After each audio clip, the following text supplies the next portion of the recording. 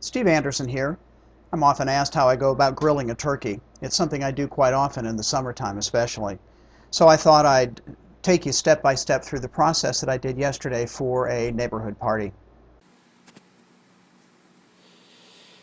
Well, here's the turkey washed and seasoned. All I use for seasoning is kosher salt, typically fresh ground pepper, or I actually use the pre-ground pepper, and garlic powder.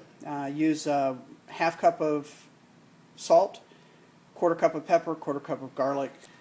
Brush it or put it all over the bird, both top and bottom, and just wash it. And that's the extent of the seasoning that I do when I grill turkey. You can see here that I have tied the wing tips together. Sometimes I cut them off. I found that I kind of like tying them up closer to the body so that the wings can protect the white meat there from the direct flame of the heat. Welcome to my grill. It's outside on our kind of the back end of our front porch. And as you can see, I have placed a foil tray that I'm going to put underneath the grates. This will help catch any drippings from the turkey and help really prevent the flame from flaming up. I'm going to be using some hickory chunks here. Actually, I like the chunks a lot. Before I left this morning, I actually put the chunks in water to soak for several hours, which will help them cook slower, burn slower, provide more smoke and less flames, and so that'll help. I also have some chips in there that I'm going to put a little bit later in this little tray here that I have with a cover. That'll just provide a little extra smoke. I actually kind of just leave that on the grill and do it that way. Okay, so the turkey is on the grill. I've turned the grill on. It's heating up. A little hard to see, but you can see the chunks down here and the little box here and the pan I made underneath to catch any dripping so it doesn't flare up. And that's all there is to it. We're going to leave it on the grill for probably 3 to 3.5 hours, maybe a little bit longer. My target temperature is going to be around 325 degrees. And while the grill burners are all on high right now, I'm going to be turning 2 of the burners off and just leave, I have a 3-burner grill. I'm just going to leave the burners on the front part of the grill, make sure the wood gets good and hot and starts smoking.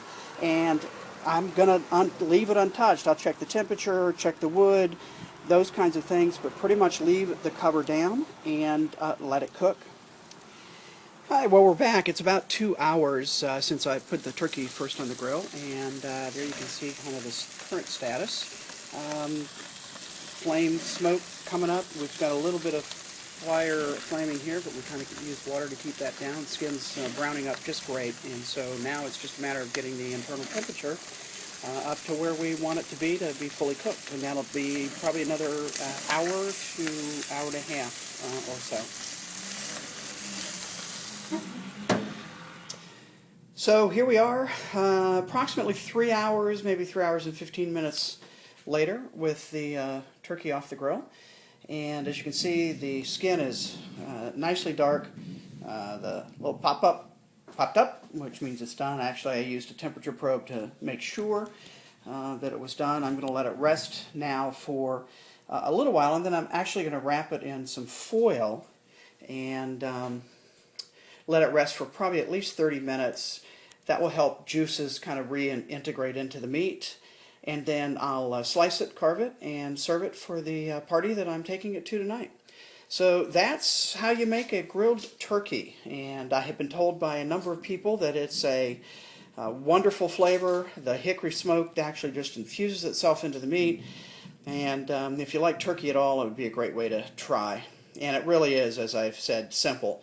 Just takes a little bit of time, but it's a wonderful summer treat. And actually going to a birthday party tonight for a friend, and has told me in the past that this is some of the best turkey they've ever had. So I decided to take it as a present. So there you go. Grilled turkey.